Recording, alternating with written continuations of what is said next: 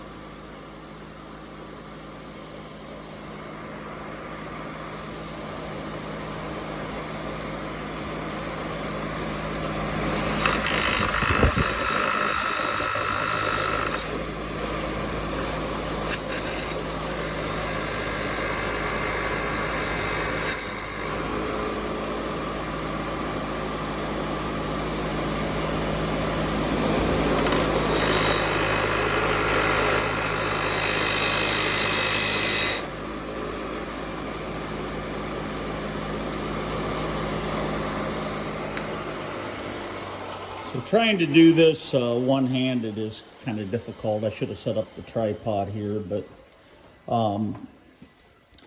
this bolt is not going to be salvageable. So when I cleaned it up, you can see somebody must have really put the torque on there and spun it out. So this will go in my spare metal forge bin. I don't know, maybe I can make a knife out of it or something later. But that's a little bit about cleaning up bolts.